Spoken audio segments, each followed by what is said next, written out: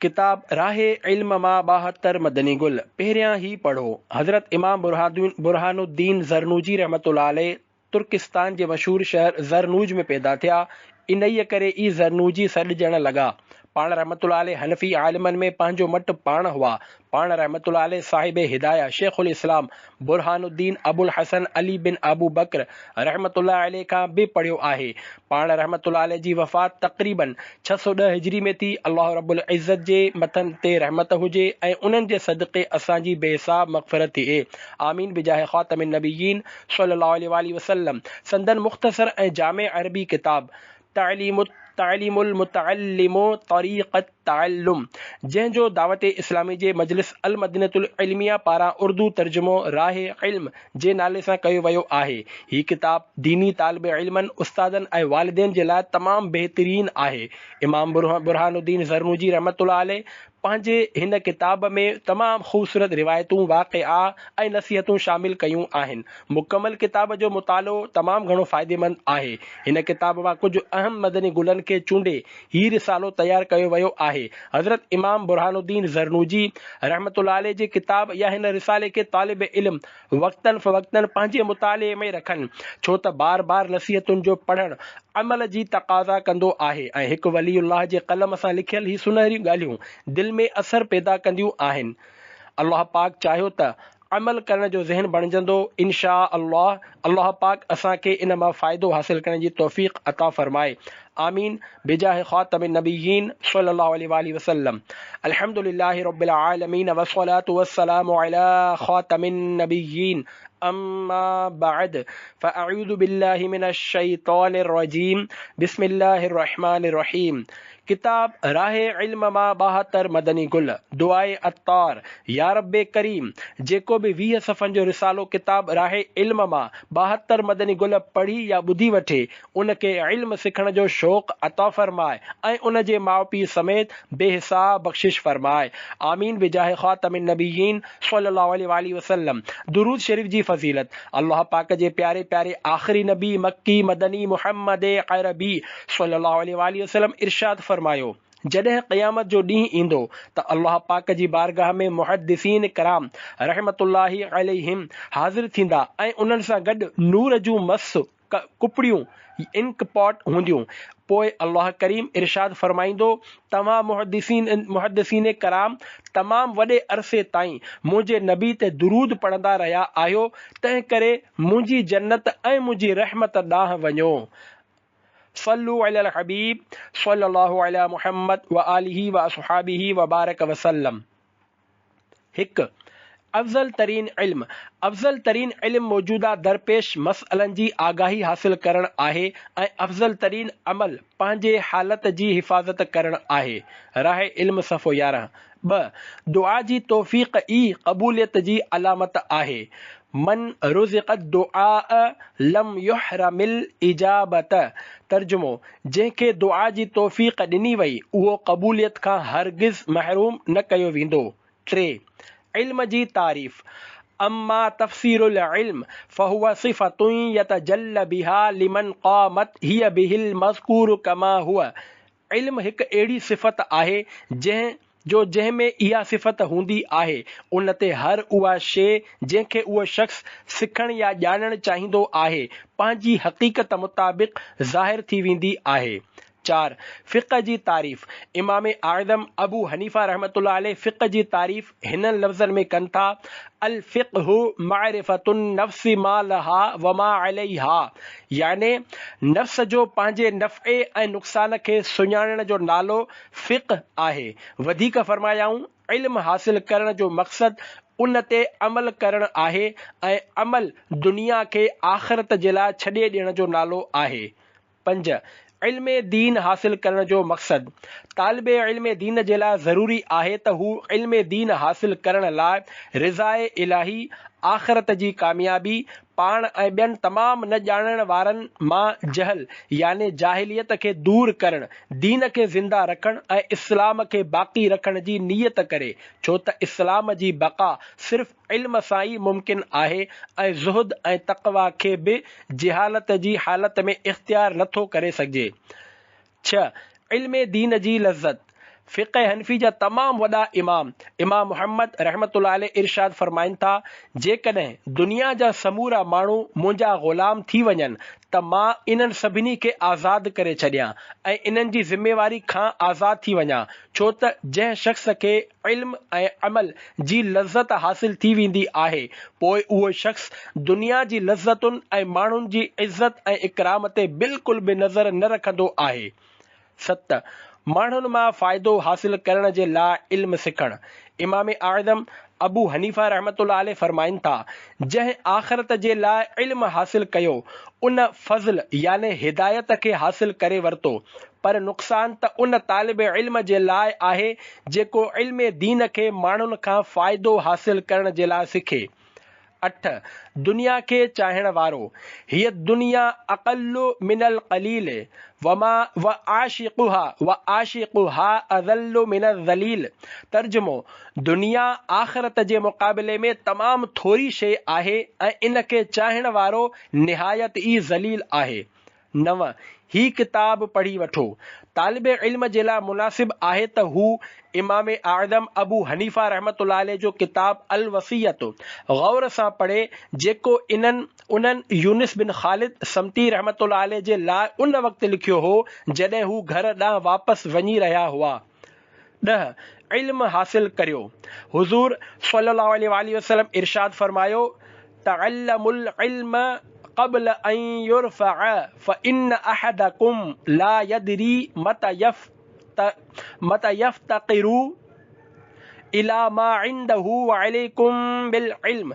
तर्जुमो, इल्म हासिल करियो इन खां पहिरियां जो उहो खयो वञे, छो त तव्हां मां केर बि इहो नथो ॼाणे त खेसि कॾहिं उन शइ जी ज़रूरत पए जेका हिन वटि मौजूद आहे, तंहिं करे तव्हां ते इल्म हासिल करणु लाज़मी आहे। कंज़ुल उमाल जुज़ 10 72/5 हदीस 28-8-61। 11. मशवरो करणु सुन्नत आहे। हुज़ूर अकरम सल्लल्लाहु अलैहि वसल्लम सभिनी कमनि में एसि ताईं जो घरेलू ज़रूरतुनि जे बारे में बि सहाबाए किराम रज़ियल्लाहु अन्हुम सां मशवरो कंदा हुआ। 12. हर कोई चाहे थो त बुलंदियुनि ते मुंहिंजो मक़ाम हुजे। लिकुल्लि इलश विल उला हरकातु वलाकिन अज़ीज़ुन फिर रिजाली सबातु। तर्जुमो, बुलंदियुनि ताईं पहुचण जी ख़्वाहिश में त हर इंसान हरकत करे सघे थो, पर माण्हुनि जे लाइ साबित क़दमी याने इस्तिक़ामत तमामु मुश्किल अमल आहे। 13. 6 शयूं ॼाणे वठो त तव्हां इल्म हासिल नथा करे सघो सिवाइ 6 शयुनि जे। मां तव्हांखे इन्हनि बाबति आगाह करियां थो। उहे 6 शयूं ही आहिनि। 1. ज़हानत। 2. इल्म दीन जो शौक़। 3. सब्र। 4. ज़रूरत जेतिरो माल। 5. उस्ताद जी रहनुमाई। 6. हिकु डिघो अरसो। नंबर 14. क्लास में दोस्त कहिड़ा हुजणु घुरिजनि। तालिब इल्म खे घुरिजे त हू कंहिं अहिड़े शख़्स खे पंहिंजो रफ़ीक़ बणाए जेको मेहनती, परहेज़गार ऐं मुस्तक़ीम तबअ याने नेक फितरत वारो हुजे। सुस्त, बेकार, घणो ॻाल्हाइण वारे, फसादी ऐं फितने बाज़ खां परे रहे। हिकु शाइर कुझु हिन तरह चयो आहे त मफ़हूम, कुंद ज़हन जूं ग़लति आदतूं हिकु ज़हीन ऐं फ़तीन जी ज़हानत ते तमामु जल्द असर अंदाज़ थींदियूं आहिनि, बिल्कुलु ईअं जीअं टांडनि खे ख़ाक में रखण सां उहे थधा थी वेंदा आहिनि। 15. अदब जी बरकत। मा वसल मन वसल इल्ला बिल हुरमती व मा सक़त मन सक़त इल्ला बितरकिल हुरमती। तर्जुमो, जेको कुझु हासिल कयो अदब ऐं एहतराम करण सां ई हासिल कयो, ऐं जेको कुझु विञायो अदब ऐं एहतराम न करण जे करे ई विञायो। चवणी आहे त अल हुरमतु ख़ैरुम मिन ताअती। अदब ऐं एहतराम करण इताअत करण खां वधीक बहितर आहे। इंसान गुनाह करण जे करे कॾहिं बि काफ़िर न थींदो आहे, पर उनखे हल्को सम्झण सबबि काफ़िर थी वेंदो आहे। 16. पुट या पोटो ज़रूर आलिम थींदो। शेख सदीदुद्दीन शिराज़ी रहमतुल्लाह अलैह पंहिंजे बुज़ुर्गनि जे हवाले सां फरमाईंदा हुआ त जंहिं शख़्स जी इहा ख़्वाहिश हुजे त संदसि पुटु आलिम बणिजे त उनखे घुर्जे त तंग दस्त फ़ुक़हा यानी माली तौर ते कमज़ोर आलिमनि जी सार संभाल लहंदो रहे, उन्हनि जी इज़त ऐं एतिराम करे संदन ज़रूरतूं पूरियूं करण जे लाइ कुझु न कुझु खेनि ॾींदो रहे। उन खां पोइ बि जेकॾहिं संदसि पुटु आलिम न बणिजी सघियो त संदसि पोटो ज़रूर आलिम थींदो। 17 बदतरीन शख़्स। सरकार मदीना सल्लल्लाहु अलैहि वसल्लम फरमायो, माण्हुनि मां बदतरीन शख़्स उहो आहे जेको कंहिंजी दुनिया सवारींदे सवारींदे पंहिंजो दीन बर्बाद करे छॾे। इब्न माजा 339/4 हदीस 3966। राह इल्म सफ़ो 30। 18 इल्म जी बरकतुनि खां महरूम शागिर्द। जेको शख़्स पंहिंजे उस्ताद जे लाइ अज़ियत ऐं तकलीफ़ जो बाइस बणिजंदो आहे, उहो इल्म जे बरकतुनि खां महरूम थी वेंदो आहे ऐं अहिड़ो शख़्स इल्म दीन मां जीअं उन जो हक़ आहे तीअं फ़ाइदो हासिल न करे सघंदो आहे। 19 हिकु राति में 17 दफ़ा वुज़ू कयाऊं। वाक़िओ बुज़ुर्गान दीन रहमतुल्लाह अलैह खे वुज़ूअ सां इन करे महबत हूंदी हुई छो त इल्म नूर आहे ऐं वुज़ू बि नूर आहे ऐं वुज़ू करण सां इल्म जी नूरानियत वधी वेंदी आहे। शेख शमसुल अइम्मा इमाम सरखसी रहमतुल्लाह अलैह जो हिकु भेरो पेट ख़राब थी पियो। संदन आदत हुई त राति जे वक़्तु किताबनि जो मुतालो फरमाईंदा हुआ। तंहिं करे उन राति पेट ख़राब थियण जे करे खेनि 17 दफ़ा वुज़ू करणो पियो छो त पाण बग़ैर वुज़ूअ जे मुतालो न कंदा हुआ। 20 नंढा अखर लिखण जी मुमानियत। इमाम आज़म अबू हनीफ़ा रहमतुल्लाह अलैह हिकु शख़्स खे ॾिठो जेको तमामु नंढा अखर लिखी रहियो हो। पाण उनखे फरमायाऊं, पंहिंजे अखरनि खे एतिरो बेढंगो बणाए जो लिखी रहियो आहीं, जेकॾहिं तूं जहिड़ो रहीं त अहिड़ी लिखाई जे सबबि तूं शर्मिंदो थींदे। जेकॾहिं फोत थी वएं त मरण खां पोइ तोखे घटि वधि ॻाल्हायो वेंदो। जॾहिं तूं पोड़ो थींदे ऐं तुंहिंजूं अखियूं कमज़ोर थी वेंदियूं त तूं पाण पंहिंजे हिन कम ते शर्मिंदो थींदे। 21 ॻाढ़ी मस सां लिखणु। तालिब इल्म खे ॻाढ़ी मस जो इस्तेमाल न करणु घुर्जे। ॻाढ़ी मस इस्तेमाल करणु बुज़ुर्गान दीन जो तरीक़ो न आहे पर फ़िलासफ़ा जो तरीक़ो आहे ऐं कुझु बुज़ुर्ग ॻाढ़ी मस जे इस्तेमाल खे मकरू यानी नापसंदीदा सम्झंदा हुआ। 22 उस्ताद जो अदब।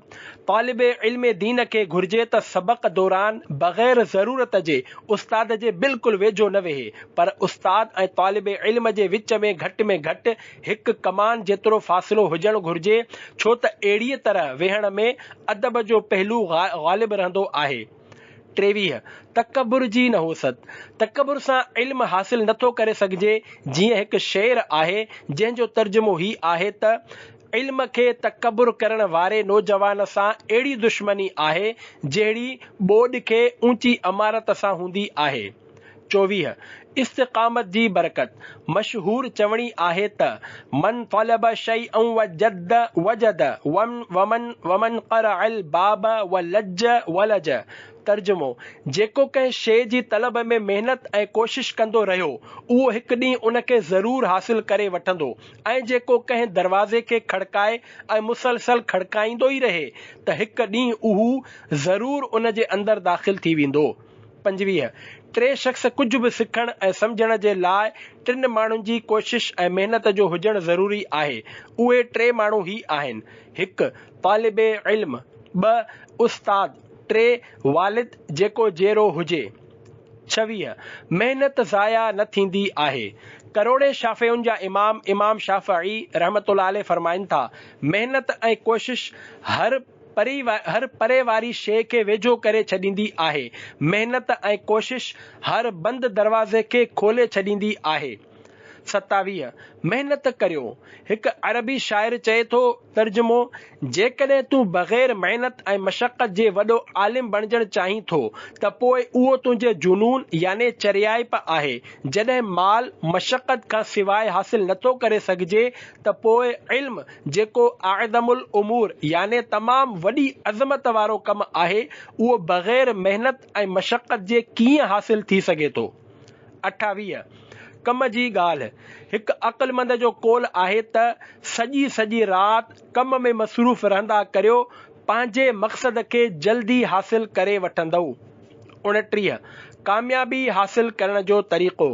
हज़रत अल्लामा बुरहानुद्दीन ज़रनूजी रहमतुल्लाह अलैह फरमाइनि था, जेको ही चाहे थो त संदसि सभु ख़्वाहिशूं पूरियूं थी वञनि त उनखे घुर्जे त उन्हनि ख़्वाहिशुनि जे हुसूल जे लाइ सॼी राति पंहिंजे कम में मशगूल रहे। ए मुंहिंजा दोस्त, जेकॾहिं तूं फज़ल ऐं कमाल जी मंज़िल ताईं पहुचणु चाहीं थो त पंहिंजो खाधो घटि कर त जीअं तूं फ़ाइदनि ऐं नतीजनि मां हिसो हासिल करे सघीं। 30 जेतिरी महिनत ओतिरो अजर। अरबी शेर जो तर्जुमो आहे, तूं पंहिंजियुनि ख़्वाहिशुनि खे महिनत जे ज़रिए ई हासिल करे सघीं थो। जेको तमामु घणा मक़सद हासिल करण जो ख़्वाहिशमंद आहे उनखे घुर्जे त रातिनि जो क़याम करे। 31 जिन जा इरादा मज़बूत हूंदा आहिनि ऐं नज़र ख़ुदा ते हूंदी आहे। हर शख़्स पंहिंजे इरादे जे मुताबिक़ ई वॾियुनि मंज़िलुनि ताईं पहुचंदो आहे। जंहिंमें जेतिरी बुज़ुर्गी हूंदी उहो ओतिरे ई बुलंद मर्तबे ते पहुचंदो। नंढनि घटि हिम्मत वारनि माण्हुनि खे नंढड़ा कम बि वॾा मालूम थींदा आहिनि ऐं बाहिम्मत माण्हुनि जे नज़र में वॾे खां वॾो कम बि मुश्किल न हूंदो आहे। 32 वॾा कम पसंदीदा कम आहिनि। फरमाने मुस्तफ़ा सल्लल्लाहु अलैहि वसल्लम, इन्नल्लाह युहिब्बु मआलियल उमूरी व अशराफहा व यकरहु सफ़साफ़हा। तर्जुमो, अल्लाह पाक आला ऐं नेक कमनि खे पसंदि फरमाए थो ऐं हक़ीर ऐं बेकार कमनि खे नापसंद कंदो आहे। मुअज्जम कबीर 131/3 हदीस 2894। राहे इल्म सफ़ो 45। शरहे हदीस। अल्लाह पाक सुठे अख़लाक़नि ऐं सुठियुनि आदतुनि वारे खे पसंदि कंदो आहे, जॾहिं त हक़ीर ऐं बुरियुनि आदतुनि वारे खे नापसंद कंदो आहे। इंसान सुठी सोच ऐं सुठे फ़िक्र जे करे फ़रिश्तो सिफ़त बणिजी वेंदो आहे, जॾहिं त शहवत ऐं नापसंदीदा सिफ़तुनि जे करे जानवरनि जहिड़ियूं सिफ़तूं इख़्तियार करे वठंदो आहे। जेको सुठे अख़लाक़नि जो मालिक हूंदो आहे, अल्लाह पाक उनखे अख़लाक़नि जी पाकीज़गी जे करे फ़रिश्तनि जी सफ़ में शामिल फरमाए छॾींदो आहे। ऐं जेको बुछड़नि ऐं घटिया अख़लाक़नि जो मालिक हूंदो आहे, उहो जानवरनि जहिड़ियूं सिफ़तूं इख़्तियार करे वठंदो आहे, जहिड़ो कुते जीअं विढ़णु, उठ जे मिसल कीना परवर, चीते वांगुरु मुतकब्बिर, लोमड़ी जहिड़ो धोखेबाज़ ऐं मुख़्तलिफ़ क़िस्मनि जूं शैतानी सिफ़तूं वग़ैरह वग़ैरह। अत-तयसीर बिशरह जामुल सग़ीर 271/1। 33 कामिल उस्ताद जे पंहिंजे क़ाबिल तरीन शागिर्द खे नसीहत। इमाम आज़म अबू हनीफ़ा रहमतुल्लाह अलैह इमाम अबू यूसुफ रहमतुल्लाह अलैह खे फरमायो, तूं त तमामु घणो कुंद ज़हन हुएं, पर तुंहिंजी मुसलसल कोशिश तोखे अॻिते वधायो। तंहिं करे हमेशा सुस्ती खां बचंदो रहिजां, छो त सुस्ती हिकु वॾी आफ़त ऐं मनहूस शइ आहे। 34 सुस्तीअ जी नहूसत। ए मुंहिंजा नफ़्स, सुस्ती ऐं काहिली छॾे ॾे, न त रुसवाई ई तुंहिंजो मुक़दर थींदी। मूं अॼु ॾींहं ताईं न ॾिठो आहे त काहिलनि खे ज़िल्लत, रुसवाई ऐं पंहिंजी ख़्वाहिश पूरी न थियण खां सवाइ ॿियो कुझु मिलियो हुजे। 35 इल्म जी बक़ा। मालूमात जो बाक़ी रहण ई इल्म जी बक़ा आहे। 36 इल्म दीन जे सबबि मग़फ़िरत जी उम्मीद। जॾहिं माण्हू ग़फ़लत में गुम हूंदा आहिनि त बानो इल्म दीन जे ज़रिए ई नजात तलब कंदो आहे। मौत जे वक़्तु जॾहिं रूह सीने जे हॾियुनि ताईं पहुची वेंदो आहे त बानो इल्म दीन जी बदौलत मग़फ़िरत जी उम्मीद रखंदो आहे। राहे इल्म सफ़ो 50। 37 वेसर जी बीमारीअ जा सबब। ज़ाइद रुतूबतूं ऐं बलग़म इंसान जे अंदरि सुस्ती पैदा कंदा आहिनि ऐं घटि खाइण बलग़म खे घटाइण जो आज़मायल नुस्ख़ो आहे। हिकु क़ौल जे मुताबिक़ 70 अंबिया किराम अलैहिमुस्सलाम हिन ॻाल्हि ते मुत्तफ़िक़ आहिनि त घणो भुलिजणु घणे बलग़म जे करे थींदो आहे, जॾहिं त बलग़म जो घणो हुजणु घणो पाणी पीअण जे करे थींदो आहे ऐं घणो पाणी पीअण जो सबबु घणो खाइणु आहे। बलग़म घटाइण जा तरीक़ा ही आहिनि। नेराने किशमिश खाइण बि बलग़म घटाइण लाइ मुफ़ीद आहे। उल्टी बि ज़ाइद रुतूबतनि ऐं बलग़म खे घटिताई जो बाइस आहे। घणो खाइण जे नुक़साननि मां हिकु वॾी ख़राबी इतलाफ़ माल याने माल ज़ाया करणु आहे। 38 अरबा जो बरकतुनि वारो ॾींहुं। सरकार मदीना सल्लल्लाहु अलैहि वसल्लम इरशाद फरमायो, को बि अहिड़ो अमल न आहे जंहिंजी शुरूआत अरबा जे ॾींहं खां थी हुजे ऐं उहो मुकम्मल न थियो हुजे। कशफुल खुफा 163/2 हदीस 2199। अरबा जो ॾींहुं मोमिननि जे हक़ में मुबारक साबित थींदो आहे। राह इल्म सफ़ो 54। 39 उस्ताद केतिरो सबक़ ॾियनि। इमाम आज़म अबू हनीफ़ा रहमतुल्लाह अलैह शेख क़ाज़ी उमर बिन अबू बकर ज़रुंजी रहमतुल्लाह अलैह खां बयान कनि था त शुरूआत में तलबाए किराम लाइ सबक़ जो मिक़दार एतिरो हुजणु घुरिजे जेको खेनि आसानीअ सां 2 भेरा दोहराई सां यादि थी वञे। 40 इल्म खे लिखी महफ़ूज़ करे छॾियो। तालिब इल्म दीन जे लाइ ज़रूरी आहे त हू उस्ताद खां सबक़ हासिल करे ऐं बार बार दोहराइण खां पोइ उन खे लिखी क़ैद करे छॾे, छो त ईअं करणु तमामु घणो फ़ाइदेमंद आहे। तालिब इल्म खे का बि अहिड़ी शइ न लिखणु घुरिजे जेका उन सम्झी न हुजे, छो त अहिड़ी तरह लिखणु तबियत जे लाइ परेशानी, ज़हानत खे विञाइण ऐं वक़्त खे ज़ाया करण जो सबबु थींदो। 41 इल्म जी ख़िदमत करण जी बरकत। इल्म जे शर्तुनि में इहा ॻाल्हि शामिल आहे त जेको इल्म जी ख़िदमत कंदो रहंदो, हिकु ॾींहुं माण्हू उन जा ख़ादिम बणिजी वेंदा। 42 पहिरियां सोचो पोइ ॻाल्हायो। कंहिं ॾाहे चयो आहे, सोच ऐं वीचार कयो, पाण ई सम्झी वेंदव। गुफ़्तगू जो मिसाल तीर जीअं आहे, तंहिं करे घुरिजे त ज़बान मां लफ़्ज़ कढण खां पहिरियां सोच ऐं वीचार कयो वञे त जीअं ॻाल्हाया वेंदड़ लफ़्ज़ बा मक़सद साबित थियनि। 43 ॻाल्हाइण वारे जे लाइ 5 वसियतूं। जेकॾहिं तूं नसीहत करण वारे जी ॻाल्हि मञी त मां तोखे ॻाल्हाइण मुतालिक़ 5 शयुनि जी वसियत करियां थो, कॾहिं बि उन्हनि खां ग़फ़लत न कजां। 1 ॻाल्हाइण खां पहिरियां ज़रूरत जो लिहाज़ रखणु। 2 गुफ़्तगू जे वक़्त जो ख़्यालु रखणु। 3 ॻाल्हाइण जे अंदाज़ जो ख़्यालु करणु। 4 गुफ़्तगू जो मिक़दार नज़र में रखणु। 5 ऐं जॻह यानी हालतुनि खे पेशे नज़र रखणु। राह इल्म सफ़ो 60। 44 घणो इल्म हासिल करण जो सबबु। सहाबी रसूल हज़रत अब्दुल्ला बिन अब्बास रज़ियल्लाहु अन्हुमा खां पुछियो वियो त अव्हां एतिरो इल्म कीअं हासिल कयो, जंहिं जे जवाब में पाण फरमायाऊं, बिलिसानिन सऊलिन व क़ल्बिन उक़ूलिन, याने तमामु घणा सुवाल करण वारी ज़बान ऐं बेदार दिल जे ज़रिए। 45 तव्हां हिन मसइले जे बारे में छा था चओ। अॻे ज़माने में तालिब इल्म दीन खे घणा सुवाल पुछण जे करे मां तक़ूल जे नाले सां सॾियो वेंदो हो, छो त तलबा जी आदत हूंदी हुई त अक्सर मां तक़ूलु फी हाज़िहिल मसअलती, याने अव्हां हिन मसइले में छा था फरमायो, चवंदा हुआ। राह इल्म सफ़ो 61। 46 इल्म सां गॾु कारोबार करणु मुमकिन आहे। पाण इमाम आज़म अबू हनीफ़ा रहमतुल्लाह अलैह इन्हीअ करे ई वॾा फ़क़ीह बणिया जो जॾहिं हू कपिड़ा विकिणंदा हुआ त उन वक़्त बि पंहिंजे दुकान ते अक्सर करे इल्मी गुफ़्तगू फरमाईंदा रहंदा हुआ। हिन मां मालूम थियो त इल्म दीन ऐं शरई मसअला कारोबार सां गॾु सिखी सघजनि था। 47 इमाम आज़म जी इल्मी क़ाबिलियत जो सबबु। इमाम आज़म रहमतुल्लाह अलैह जो फरमान आहे, बेशक मां इल्म खे हम्द ऐं शुक्र जे ज़रिए ई हासिल कयो आहे। उहो हिन तरह जो जॾहिं बि मां का इल्मी ॻाल्हि सम्झी वठंदो आहियां ऐं उन जी आख़िरी हद ताईं पहुची वेंदो आहियां त उन खां पोइ अल्हम्दुलिल्लाह ज़रूर चवंदो आहियां। 48 इल्म फ़िक़्ह जा सभ खां वॾा आलिम कीअं बणिया। इमाम शम्सुल अइम्मा हलवानी रहमतुल्लाह अलैह जा वालिद तमामु ग़रीब हुआ, मिठाइयूं ठाहे विकिणंदा हुआ। संदन आदत हुई त अक्सर आलिमनि खे मिठाइयूं वग़ैरह मोकिलींदा रहंदा हुआ ऐं खेनि अर्ज़ु कंदा हुआ त बस मुंहिंजे पुट लाइ दुआ कंदा रहो।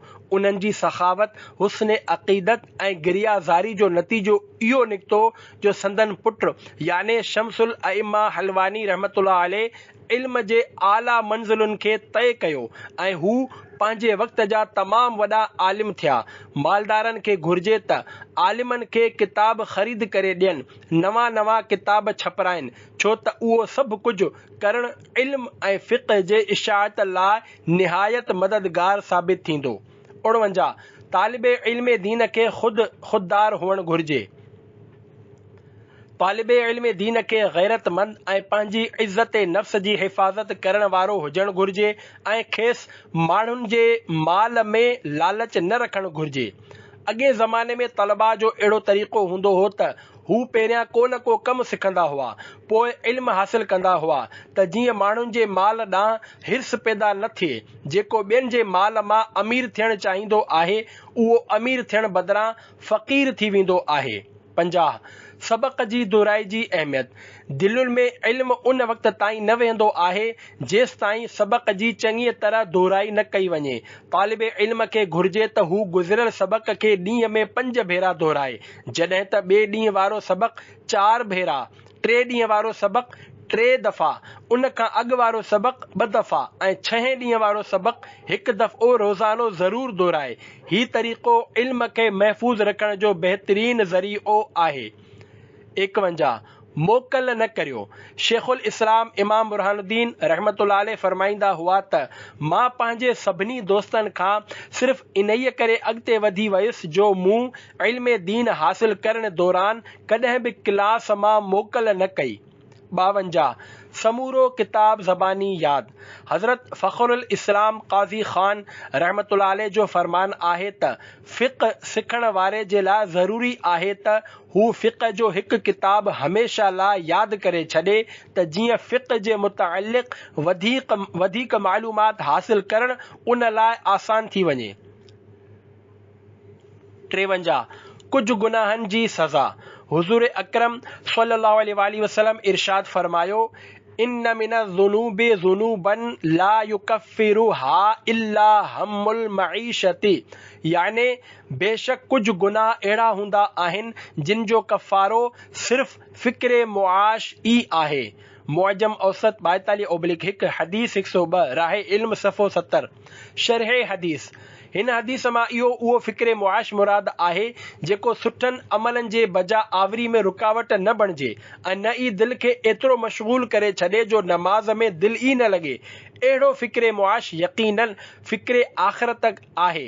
इन खां अलावा हिकु तालिब इल्म लाइ इहो बि ज़रूरी आहे त जेतिरो मुमकिन थी सघे दुनियावी मुआमलनि खां परे रहे।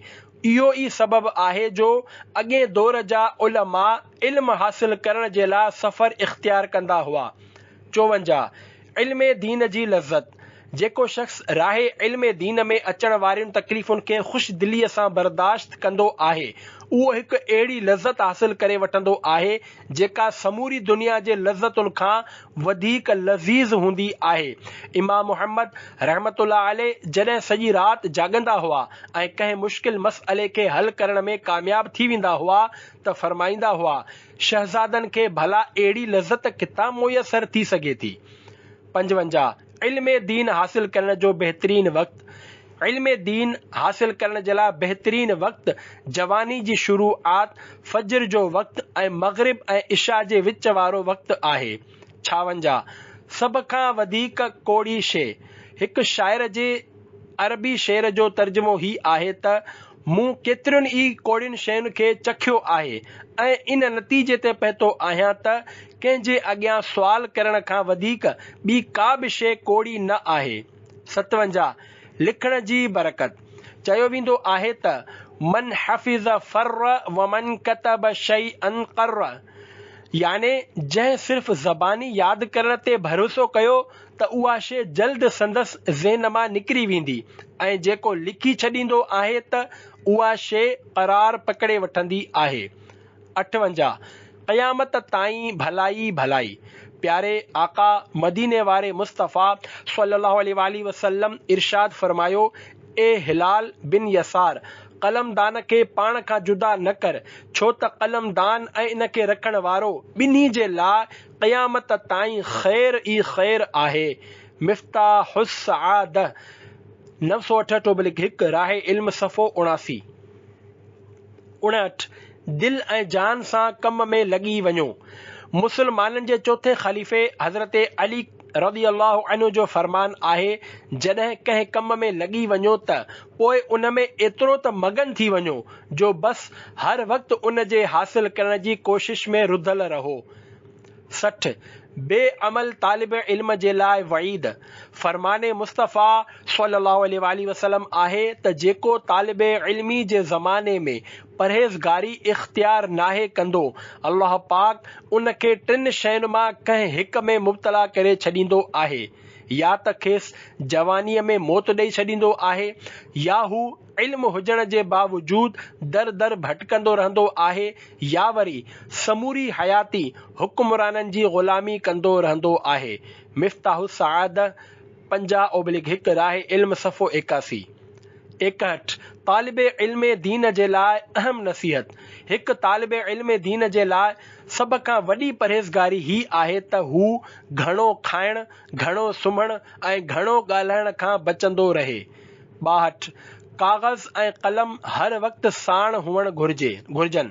हिकु तालिब इल्म खे घुर्जे त हर वक़्तु किताब पाण सां गॾु रखे त जीअं फ़ुर्सत जे वक़्तु उन्हनि जो मुतालो करे सघे। कंहिं ॾाहे जो क़ौल आहे त जंहिंजे बग़ल में हर वक़्तु किताब न हूंदो, उन जी दिलि में हिकमत ऐं दानाई पुख़्ती न थी सघंदी। मुनासिब ही आहे त कापी बि पाण सां गॾु रखे, जेका बि फ़ाइदे वारी ॻाल्हि ॿुधे उहा लिखी छॾे ऐं गॾोगॾु कलम बि साण रखे त जीअं ॿुधल ख़ासि ॻाल्हियूं लिखण में खेसि का मुश्किल पेश न अचे। 63 हाफ़िज़े खे वधाइण वारियूं शयूं। क़ुर्आन करीम खे ॾिसी पढ़ण खां वधीक ॿी का बि शइ क़ुव्वते हाफ़िज़ा खे तेज़ न कंदी आहे। हूअं बि क़ुरान पाक ॾिसी पढ़णु वधीक अफ़ज़ल आहे। 64 इमाम शाफ़िई जो पंहिंजे उस्ताद खे हाफ़िज़े लाइ अर्ज़ करणु। करोड़े शाफ़ियुनि जा इमाम शाफ़िई रहमतुल्लाह अलैह फरमाइनि था, तर्जुमो, मूं पंहिंजे उस्ताद हज़रत वकीअ रहमतुल्लाह अलैह खे हाफ़िज़े जी कमज़ोरी जी शिकायत कई त उन्हनि मूंखे गुनाहनि खां बचण जी तरग़ीब ॾिनी ऐं फरमायाऊं, क़ुव्वते हाफ़िज़ा अल्लाह पाक जे तरफ़ खां हिकु फ़ज़ल आहे ऐं अल्लाह पाक जो ही फ़ज़ल गुनाहनि जो आदी हासिल नथो करे सघे। 65 हाफ़िज़ो मज़बूत करण वारियूं शयूं।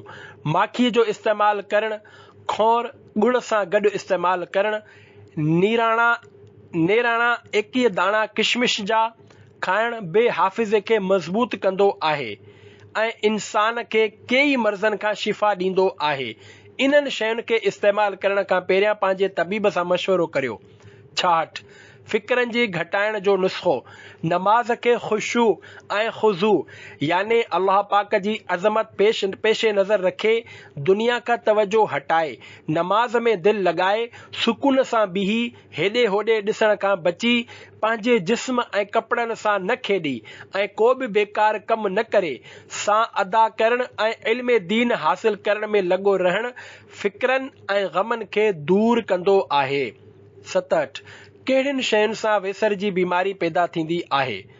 सावा धाणा खाइणु, खटा सूफ़ खाइणु, फाहीअ ते टंगियल शख़्स ॾांहुं ॾिसणु, क़बरनि जूं तख़्तियूं पढ़णु, उठनि जी क़तारुनि जे विच मां गुज़रणु, जूअनि खे मारण खां बग़ैर ज़मीन ते उछलाइणु, क्याड़ीअ में सिंगी लॻराइणु, इहे सभु शयूं निसियां याने वेसर जो मर्ज़ पैदा कंदियूं आहिनि।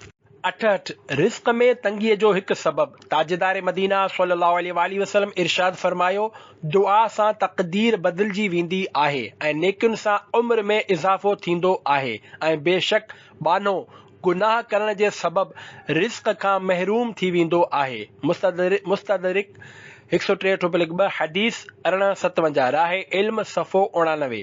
69 रिज़्क़ में कुशादगीअ जो सबबु। सुबुह जो सवेर उथणु नेमतुनि में इज़ाफ़े जो बाइस आहे, ख़ासि तौर ते उन सां रिज़्क़ में इज़ाफ़ो थींदो आहे। अहिड़ी तरह ख़ुशख़ती रिज़्क़ जे चाॿियुनि मां हिकु चाॿी आहे ऐं मुस्कुराइणु ऐं ख़ुश कलामी बि रिज़्क़ खे वधाईंदा आहिनि।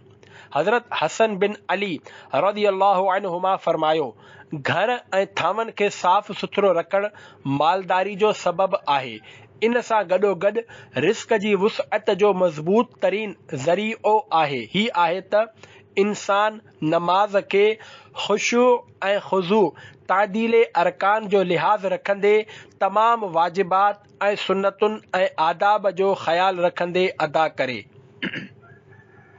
70 गैर ज़रूरी कमनि जो नतीजो मनिश्तगल बिमा ला यअनीही यफूतुहु मा यअनीही, याने जेको गैर ज़रूरी कमनि में मशगूल थी वेंदो आहे उन खां ज़रूरी कम बि रहिजी वेंदा आहिनि। 71 चरियो माण्हू जॾहिं तव्हां कंहिं शख़्स खे घणो ॻाल्हाईंदे ॾिसो त पोइ उन जे पागल हुअण जो बि यकीन करे छॾियो। रह इल्म सफ़ो 92। 72 वॾी ॼमार हासिल करण जो नुस्ख़ो बिना ज़रूरत सरसब्ज़ो शादाब वणनि खे कटण खां बचण, वुज़ू खे सुन्नत ऐं आदाब जो ख़्याल रखंदे करण, नमाज खे ख़ुशू ऐं ख़ुज़ू सां पढ़ण, हिक ई एहराम सां हज ऐं उम्रो अदा करण याने हज क़िरान करण, पंहिंजे सिहत जो ख़्याल रखण, इहे सभु ॻाल्हियूं उम्र में वाधारे जो सबबु आहिनि। सल्लु अलल हबीब सल्लल्लाहु अला मुहम्मद व आलिही व अस्हाबिही व बारक वसल्लम।